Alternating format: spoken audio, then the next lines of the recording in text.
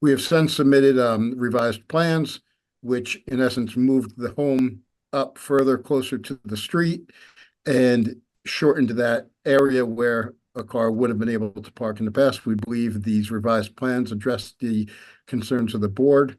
And at this time, I would like to recall my architect, Daniel Roma, and he will give the board the oversight and understanding as to the changes we've made and why we think it feels that we addressed the concerns the board raised at the last meeting. Sounds good. Just for the record, I just want to say Commissioner Sinclair is on. He was on at 7:09 p.m. Just want to put that for the record. Counsel, you go ahead and proceed with your witness. Okay, Sure. I'm gonna Let call me just Daniel swear him Roma. in, Mr. Rush. Mr. Roma, do you swear that the testimony you're about to give before this board is the truth, the whole truth, and nothing but the truth? Yes, I do. Okay. If you can just repeat your name and spell your last name for the record, please. My name is Daniel Angel Roma. I'm the licensed architect for Artec Studio LLC, and my license is current. Thank you. Okay. And would you like me to requalify him? Mr. Roma was qualified at the last meeting. No, he was No, qualified at the last meeting. I don't believe we need to requalify. Yeah, and his license is still current, so we can go ahead and proceed. Okay, Thank you. Okay. Mr. Roma, are you able to share your screen with the? Sure. Yeah, and so could you explain the revised plans to the board and more particularly explain what you did to address the concerns that were raised at the last meeting? Yes. One of the things that I did is I have to enlarge a little bit the building, but still under the 1,600 square feet maximum that you require for 50% of the building on the lot. What we doing is we moving. Let me show first the site plan. This is the site plan. Hold on, Mr. Roma. Do we want to mark this down, Mr. Hahn? Yes, Mr. Chairman, and I was just looking at my notes from last time. I think we had A1 through A3 from the last meeting, so this would be A4, if I'm not mistaken. You can continue. And Daniel, just identify for the board, these are the revised plans, and do you have a revised date for these plans? Let me see if I have. I'm not sure if I have that. 1 second, please. Yes, I have a 9/2024 setback update and landscaping schedule. Okay, thank you. Yes. Okay. What we did is now we are creating a new variance. The variance is the front yard. Based on the zoning for East Orange, the front yard is the distance between the property line and the main building of the house, and that was 15 feet, 0.7 is from the property line to this line. Now, what I did is I moved the building to the front, having a front yard of 6.5 feet. That will be on the same line of the overhang over porch that is to the left and the cover porch that is to the right. I want to, and with doing this, we eliminate the possibility of a car stay in front of the garage. Before we have 15 feet 7 inches, and that is enough space for a car. A car usually goes between 14 feet long to 17, 18 feet long. Now, having only 6.5 feet in the front yard will make the car just be totally on the sidewalk. That's why that's prohibited, and the person that will rent or live on this house will have enough space inside of the garage to have up to 4 cars. Let me go now to the floor plans. I changed the length. Originally, we have the stairs going up to the second floor, more on the front yard.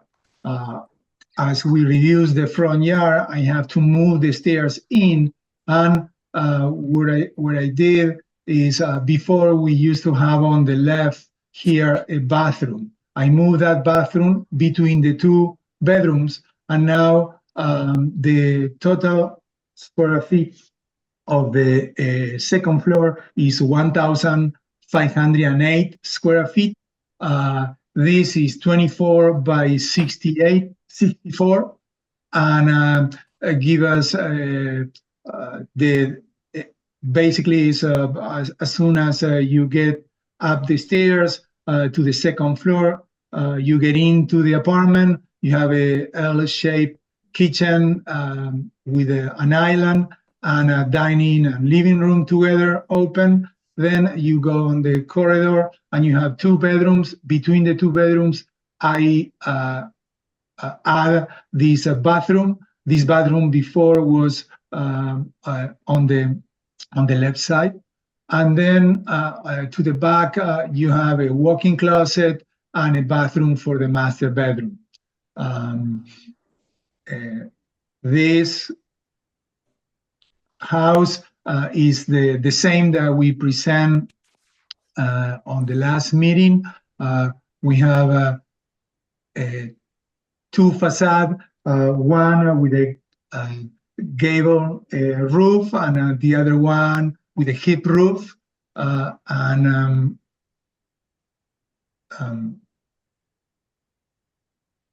This is the change that we did. The only variance that we incorporate for tonight is the front yard. The other one that we have was a size, because the minimum size for a 2-family is 3,500, and we have 3,100 for each that. And Mr. Roma, I'm sorry, go ahead. Continue. Yes. Then I have a rendering that will show how these 2 new houses will look like. We don't have enough space inside of the property to have a car. That's why we will have to, as soon as a car come into the house, open the garage door and get inside of the garage. Now, Mr. Roma, did you also address the initial design waiver from section 51-93 with respect to the minimum front yard shrub planting? Yes, we have the planting in on both sides. Let me show.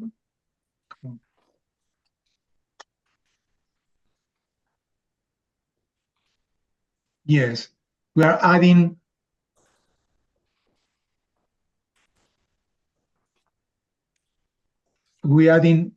planting. We're going to have on the left side next to the stairs, and then in between the 2 houses, and on the right side between the stairs and the property line on the other house. We also proposing 2 new trees. Some shrubs around the HVAC units that are located in the back.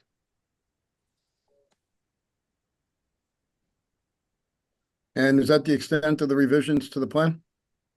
Yes, we just enlarge the the house and move it to the front. That way, no cars will be able to park and stay parked in front of the house because will be on the sidewalk. Mr. Chairman, I have no further questions for Mr. Roma. Thank you so much, Mr. Roma.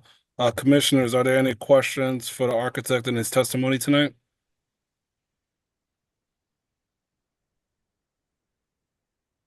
All right, hearing none. Council, you can go ahead and proceed if you have another witness. As I stated when I opened up, we pretty much put most of our testimony in at the last hearing. If the board has any additional questions for the applicant is here as well. I don't have anything to ask him on direct, but he's available to answer questions if the board has any questions for him. Okay, not a problem. Commissioners, the applicant is here as well. Are there any other questions or comments for the applicant? They go over again how the cars all get into that parking, into the garage. Do they all four drive in? Is there something I'm missing? Mr. Roma, if you want to explain. Okay, we have a driveway and they will have to coordinate between the tenants what cars will be first, what car will be second. The idea is come and get into the garage and then backing out to the street. That's basically how they will move. No cars will be able to park between the front and the sidewalk. The sidewalk is 10 feet plus 6 feet. Front yard is 16 feet. A car goes between 14 and 17 feet long, means that if you stay, you will block the sidewalk, and that's not permitted. That's why the person that will live in this house, they will have to move the car inside. So they're not assigned spots. They have to work it out amongst themselves. Well, Yes, I can call the applicant maybe to answer that question if you prefer. Yeah, the intention is that the stacked parking would be assigned to one particular unit. So two cars that are stacked, we would be assigned to the second floor, and the next two cars that are stacked would be assigned to the top floor, so that only one unit will have access to one particular slot, and they will not be blocking each other in. Okay, thank you. Commissioners, are there any other questions for the architect or the applicant? Yes, I'm looking at the renderings and I was looking also at the, I guess you could say the blueprint. The apron to get into the driveway is much narrower than the driveway. I'm sorry, than the garage itself. And I could see that posing a problem. Additionally, as Mayor Green stated before, yes, you did shorten that apron. However, I could still see folks still trying to park in that spot and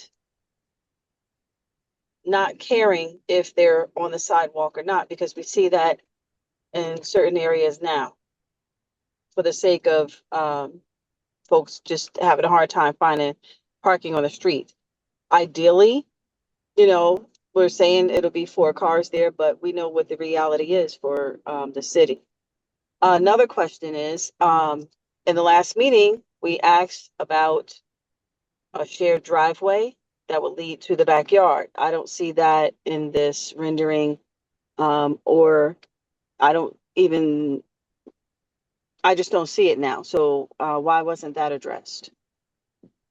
Mr. Romer, do you want to address that as far as the problems with the shared driveway to the backyard? I mean, I can tell you right now, I know amongst the discussions amongst our group, part of the problem was if you have a long driveway leading to the rear and someone parks anywhere along that long driveway, you're completely blocking off the driveway for cars to get to the rear to park. With respect to your other concern with people still being able to park in front of the house, again, we've shortened it to the point where any average sized car would be hanging out into the street at that point. And the applicant, again, is not against even moving the property up further if that's what the board would like to see. But it wouldn't, we tried to design this home with it being in line with the front of the houses on each side of it so that there was some uniformity to the street. It would probably look a little odd if the buildings were moved directly up to the street line, but if the parking in front is that much of a concern, the applicant's not against doing that. I believe we're all in agreement with not moving the property any closer to the sidewalk because it would be an eyesore sticking out because it wouldn't be in line with the rest of the properties. That's why we were questioning why there wasn't a way to have the vehicles go to the rear of the house. Now you're saying that if a vehicle parks in the middle of the driveway, they're blocking all the cars. That's going to be the same with the apron. They'll see Well, to the an apron there, extent. and they'll want to park there because, and I'm saying that now because I could point to some streets right now where there's a small apron, but yet folks still try to park there. And yeah, I understand that, but to the extent, as you're saying, if you Mhm. did have someone park on one of the aprons as the project is designed right now, they're blocking one house. If you have a shared driveway and someone blocks it to the front of the driveway, now they're blocking both homes. And you're taking out 8 cars instead of 4, as you would be with.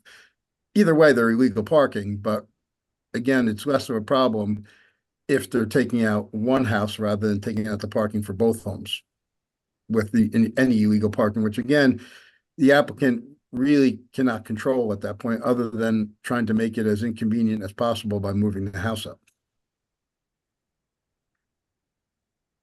Yeah, I think And I also believe there were questions. I'm sorry, go ahead, Mr. Lopez. Yeah, I think in visiting the neighborhood multiple times, I think the practice of that single driveway, you do see a single car parked blocking that entire driveway. So I'm hoping that the advantage our layout offers is we have 2 separate accesses in order to prevent cars being blocked in. And once a car gets blocked in, it prevents not just cars from coming out, it prevents other cars from coming in, which would further add to the congestion out in the street.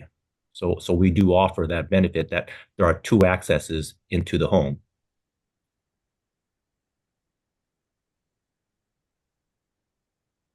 I believe also weren't there some concerns with regards with losing space in the backyard to the parking as well? Mr. Lopez, wasn't that one of the concerns you had with Mr. Roma when you discussed this matter? Yeah, so if we were to place parking in the rear, it would take away all of the open space, all of the planting that we've intended for use of the homeowners back there. It would have essentially made it more impervious asphalt area as opposed to something that the homeowners could use for enjoyment.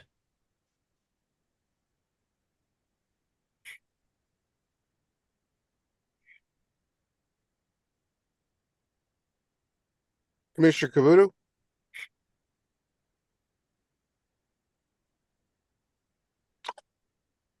Commissioner Sinclair, yes. So I just want to thank the applicant and his team for hearing and addressing the concerns that we had as a board. Our task is that we want to make sure that properties that are being built and designed in East Orange are aesthetic and also functional. So thank you so much for assessing those needs.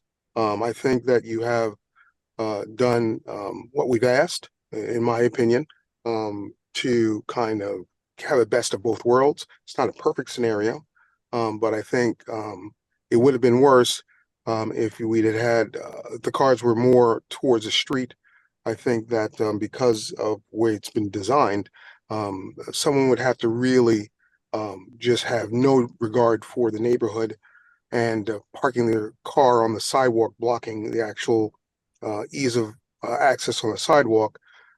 It'll be corrected if someone decides to do that. We have enforcement that will correct that. So I think even if it happens once or twice, probably won't happen 3 times because it'll be dealt with. So thanks for doing what you guys did. Appreciate it. Thank you. Thank you. Thank you, Commissioner St. Clair.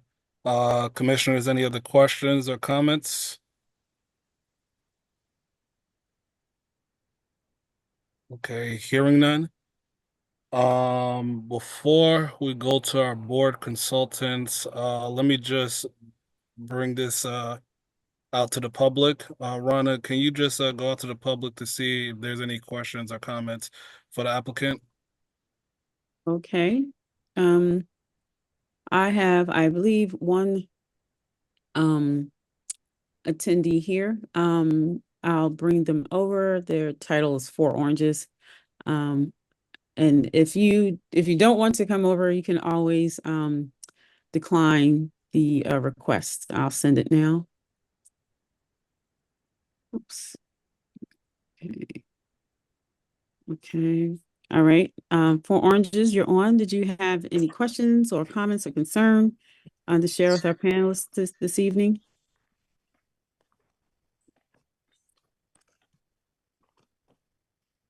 I'll just give a moment, Chairman, perhaps not. They're actually muted. If they want to speak, they should let them. Yes, yes, that's, yeah, if they don't want to unmute, then I'll just take that as they don't want to speak.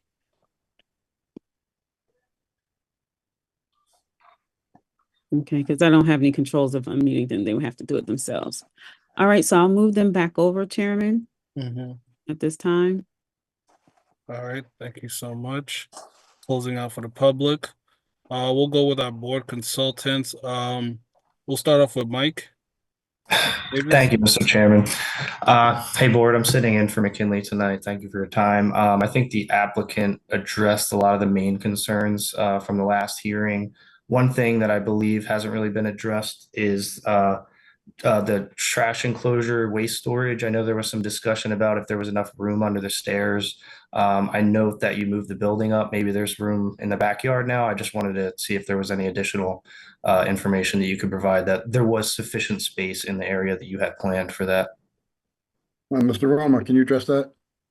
Yes, let me see.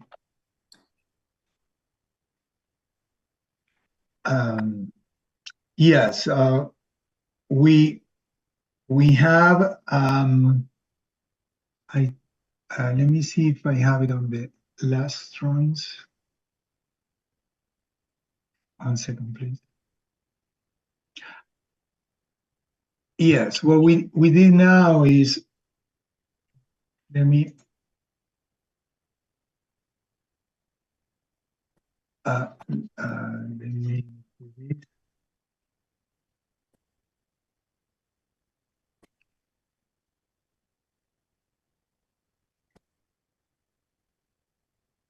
okay.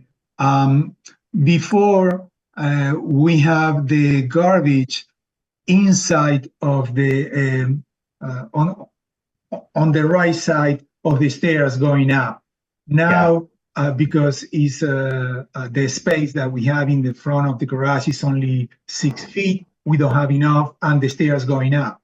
Now we move the garbage probably even under the landing, and we'll have more space for the garbage. And in case that they need more garbage, we can provide something in the back also. Okay, thank But you. right now we put it under the stairs on the left side.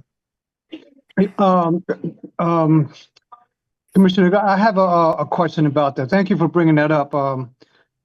So you said you have less space than what you had before? No. Before we have more space because okay. Yeah, So the depiction on the drawings only shows three garbage cans. That's not the capacity of that space, is it?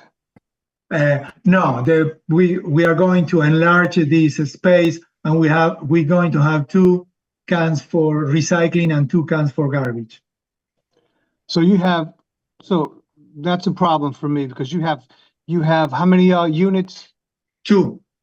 2. So you have 2 cans, 1 garbage can for each unit, 1 garbage and 1 recyclable. Yes, but I don't think that's enough. I mean, at least 2 to each apartment. You might have 1 recyclable for each apartment, but household garbage is going to be a issue. Definitely don't want the household garbage to be sitting outside in plain public view.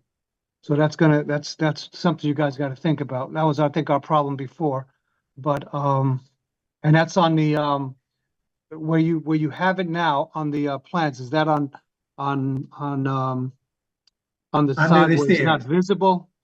No visible. Okay. They have doors, and we can enlarge this space. Also think you need- under the I think you landing. need at least 2 garbage cans for each unit. Okay, and what? And 1 recycling. Yeah, I think 1 Which- recycling would be fine, sufficient for both units, but household garbage is going to be a problem. Okay. So we Because can- those are 2 bedrooms, 3 bedrooms. So are we saying, do we 3 need, bedrooms. do we need 5 or 6 then? That's what I'm trying to clarify. Yeah. I mean, you want to be able to have a good amount of cans, because if you got 3 bedrooms at each apartment, you're gonna have some garbage problems. No, I understand. That's what I'm trying to say. So we would need 2 garbage for each unit and then 1 recycle for the entire dwelling. So there'd be a total of 5, correct? Correct. Daniel, can you fit 5 under the stairs there? Under the, not the stairs, under the landing there? Yes, we can add, and we can add enough. I mean, would we agree to that as a condition of approval, that there'd be enough, that we did revise the plans to show enough space to hold 5 average size cans under the landing? Yes. Okay. I'm sorry, Chairman, Yes, go ahead. 1 recycle can is not going to be enough. I know that from personal experience. I have a 2-family, and we have, I would say you need 2 recycles, 1 for each unit. So 5 spaces is not going to be enough. Because even with having 2, it might be an overflow, but I would definitely say 1 recycle can for each unit, minimum. Daniel, Okay, Daniel, maybe- the room in the back to maybe put the recyclables in the back and the garbage under the landing? Yes, they're definitely in the backyard. But I think we can still do it just adjacent to the current space. You show storage right now, we can convert that storage into just garbage space as well. Okay, yeah, We'll just keep it all in the same place, so logistically they go to the same place. So I have no opposition to enlarging the garbage and recycle area to allow for a total of 6 containers. That's 4 good. garbage and 2 recycling. Yeah, that seems pretty fair. And that is a Okay. good location, and it's tucked away, it's hidden. You don't have to have an enclosure extending off of the building or anything like that. So that does seem like a good solution. And that was really the last of my comments, Mr. Chairman. Thank you. Thank you so much. So we'll just put that as a condition of the applicant, to have enough space in that enclosure, or to enlarge the space to accommodate 4 garbage cans as well as 2 recycling bins for both places. So we'll go ahead and go to our city engineer. Thank you, Mr. Chairman. Good evening, board members. Similar to Mike, I'm filling in for Dipty tonight, so nice to see everybody. I actually believe this one was site plan exempt, so I don't have a review letter to go off of. I will add, it seems the applicants addressed the parking situation by expanding the garage. The concerns about the sidewalk, I think, are valid, but that, in my experience, falls into an enforcement issue. Somebody tries it once or twice until they get the ticket for it, and then that tends to solve itself. The two things I noticed while Daniel was flipping through his plans, it seems there's dry wells proposed, which address the stormwater side of things. And the only question I wanted to see from the applicant was what the plan was for the landscape maintenance. Those shared alleyways seem kind of narrow, and just who's actually ultimately responsible for taking care of those things, I think would be good for the board to hear. Appreciate that. Mr. Lopez, do you want to address that? Yes, so the shared walkways, one is going to be particularly used for the third floor applicant to access their side of the backyard. So that would be specifically assigned for the third floor unit, while the other side would be assigned to the first floor unit.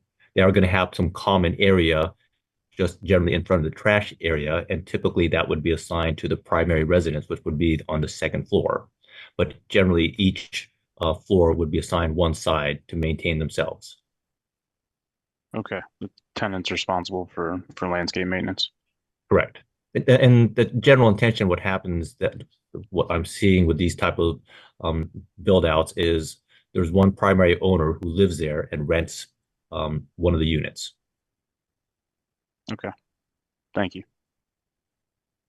Just let me add something to that, because the way the city ordinance reads in terms of, you know, landscaping and maintaining the property, the ultimate responsibility is for the owner of the property. So if he's going to be renting, we would still need to know, you know, one, if the owner's not going to live there, then he's going to have what we call is a live-in, not a live-in, excuse me, in-county agent that will address landscaping, snow removal, you know, and sometimes garbage and other emergencies that may pop up. So those are issues that really need to be addressed. What you just laid out, I mean, it sounds good if you got, you know, if the residents are going to take care of it. But, you know, from our experience, a lot of the tenants that live will not take that responsibility. And some landlords will say, well, okay, we'll give you, you know, X amount of dollars off the rent. And even then, it's not kept up. So that needs to be, you know, clear to the owner that ultimate responsibility is the owner of the property to maintain the landscaping and garbage area. Understood. Thank you. And Mr. Lopez, not to get too much into the weeds, is this considered for you as an investment, as a buy hold, or you're planning to sell after the build? I am planning to sell, and the intention is to encourage home ownerships. And I think that's something that when I initially spoke with the city of East Orange, that is the direction they want, and it's the direction I'm looking. I'm not looking to be a landlord. I do like the area of East Orange. I think the proximity to facilities makes it a very valuable town, and I do believe in it. This is one of a couple of properties that I have in East Orange. So I do believe it's an attractive place, especially proximity to the commercial zone just down the street. I think this makes it a very attractive place for a homeowner to purchase. It's convenient for mass transit, which is literally just down the street as well. And that will get you into any major metropolis that you need. Understandable. And Mr. Lopez, you do understand until you sell those properties, you as the ultimate owner would be responsible for all the issues that Mr. Negron just raised, correct? Understood. And I take that responsibility. All right, thank you so much. Commissioners, are there any other questions regarding the engineer's testimony or any other comments? Okay, hearing none, Mr. Rush, you can go ahead and proceed with your summation. Okay, I'll be very brief, Chairman. as stated earlier, this is currently a 6,200 square foot lot that we're asking approval for subdivision to divide into 3,100 square feet each, which is going to require variance from section 51-93 of your code for minimum lot area. And we're also going to be requesting a front yard setback for the variance due to the fact that we moved the homes up to shorten the front driveway. I think, based upon the testimony that you heard tonight and the revisions with the plan, I think the applicant did all they could to address the board's concerns. Meanwhile, still putting together what I think is a very attractive two-family setting. It has it's a modern build, and I think it would be a good addition to this neighborhood, and we ask that you look favorably upon this application. Thank you so much. Commissioners, before we put this into a motion, just wanted to get your thoughts, comments, if there's any, before we proceed. Okay, hearing none. Mr. Hawk, before I put it to a motion, I know there's a couple of conditions, and also just want to make sure we iron out all the variances that are in play, for the motion. Can you just, reiterate to the board what we're looking at? Sure. So as far as conditions are concerned, Mr. Chairman, you're going to have a condition that there's space for 6 garbage/recycling cans, which would be 2 garbage cans and 1 recycling can per unit for a total of 6. Also, as a condition of approval, as we just discussed, the owner will continue to be responsible for the maintenance of landscaping until the units are sold. We've got, as council just indicated, 2 variances. One's for the front yard setback, and the other one is for the minimum lot area. And then there's a design waiver for the front yard shrub planting. I'll just put one more condition, just for the parking, just to make sure it's properly labeled so that each unit knows where they should park, just to take away confusion. Mr. Rush, would that be an issue with the applicant? Not at all. We're fine with that condition. Okay. All right, so Signage, Mr. Chairman? We're talking about yeah, signage. properly labeled or signage, whatever the I was applicant thinking deems. maybe a painting on the floor of the garage, like saying like Yeah. level 1, level 2 for each slot type of thing on the floor of the garage would probably be the best way. Yeah, exactly. Something along those lines, just at least to avoid confusion with parking. So with that said, commissioners, as Mr. Hawk mentioned, regarding the conditions as well as the different variances that are in play, do I have a motion to proceed to approve applicant PB 785-203? So moved. Thank you, Commissioner Sinclair, for the motion. Do I have a second? Second, Thank you, Commissioner Agnani. Can we have roll call, please? Commissioner Garrett Ward, No. Commissioner Garrett Ward, no. Commissioner Gonano, Yes. Commissioner Gonano, yes. Commissioner Agnani, yes. Commissioner Agnani, yes. Commissioner Sinclair, Yes. Commissioner Sinclair, yes. Commissioner Kivutu, Yes. Commissioner Kivutu, yes. We have We also have Commissioner Negron. Commissioner Negron? Negron, I'm sorry. It's a yes. That's a yes.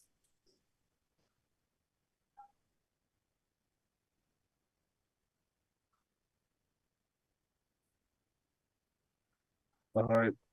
We have, Mr. Chairman, Yes. we have 4 yeses. Okay. So, this case approved. Just for the record's clear, I thought there were 5. I Well, have there's a 5 5 yeses, to yeah. 1. Yeah, I have a 5. Yes, Yeah, I'm sorry, fuck 5. 5 yes, 1 no. Okay.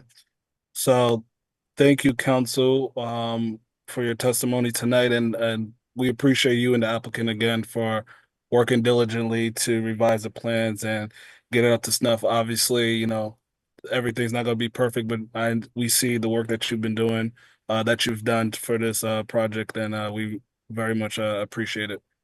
Yeah, thank you. And thank everyone for the time this evening and in the last meeting as well. We appreciate it. Thank you very much. All right, take care, sir. Have a good night. Thank you. Thank you all. Thank you all very much. Right. So we'll let the applicant and his party leave to go to the next part of the agenda. Just want to make sure we have everybody here. Okay. So moving along regarding the meeting, calendar of new business, there is none. Reports of officers, while there are none, Janice, I just want to, I know for your sake, just want to make sure everybody is aware that the Board of Municipalities is next month. So please reach out to Janice if you're going to make it or not, just so that she has it on record.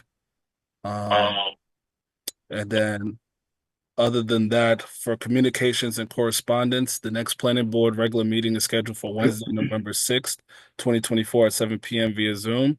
So with that said, all in favor for adjournment, say aye. Aye. Hearing any nays? No nays. No nays. All right. Thank you everybody for your time tonight. Appreciate it. And we'll see you again next month. Bye, everyone. Good Have a night. good evening, everyone. Be safe. Take care.